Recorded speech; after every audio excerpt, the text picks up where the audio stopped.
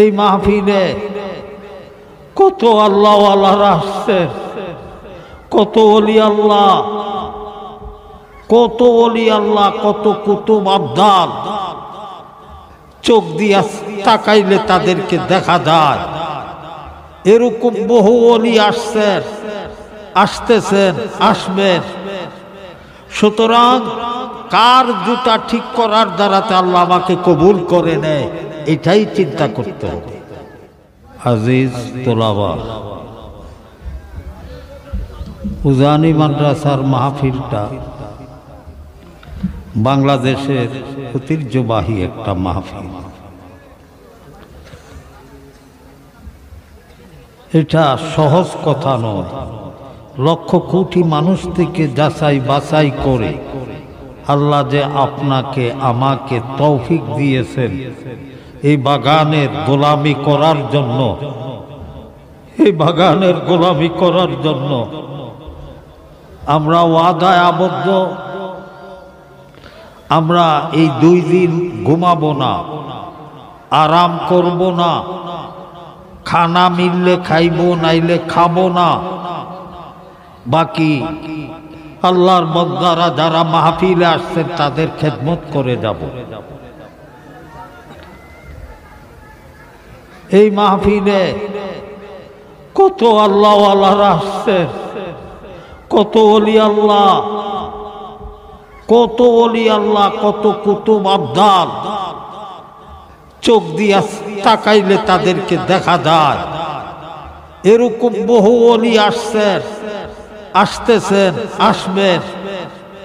সুতরাং কার জুতা ঠিক করার দ্বারাতে আল্লাহ আমাকে কবুল করে নেয়, এটাই চিন্তা করতে হবে। আজিজ আসাতাজা কেরাম এজামদের পক্ষ থেকে আপনাদের যাদেরকে যেই দায়িত্ব দেওয়া হয়েছে, কোনো শিথিলতা না করে আমরা যেনারা আসাতাজা কেরাম এজাম আছেন বা নেগরান আছেন, তিনাদের পরামর্শ ছাড়া কোথায়ও যাব না। ডাইল ভাত হোটেলে যাদেরকে দেওয়া হয়েছে ওইখানে ছাত্ররা উপস্থিত নাই, আপনারা অতি শীঘ্রই ডাইল ভাতের হোটেলে চলে যান। এরকম গোস্তবাটের হোটেল দোনোটাতেই যাদেরকে দেওয়া হয়েছে আপনারা ওইখানে চলে যান। পায়খানা পেশাবের কাজে যাদেরকে দেওয়া হয়েছে আপনারা ওইখানে চলে যান। আসাতাজায়ে কেরামদের নিগরানিতে যে সমস্ত ছাত্র মানে যাকে যেখানে দেওয়া হয়েছে ওইখানে সবাই চলে যান, আর যেন দ্বিতীয়বার এই ঘোষণা না দিতে হয়।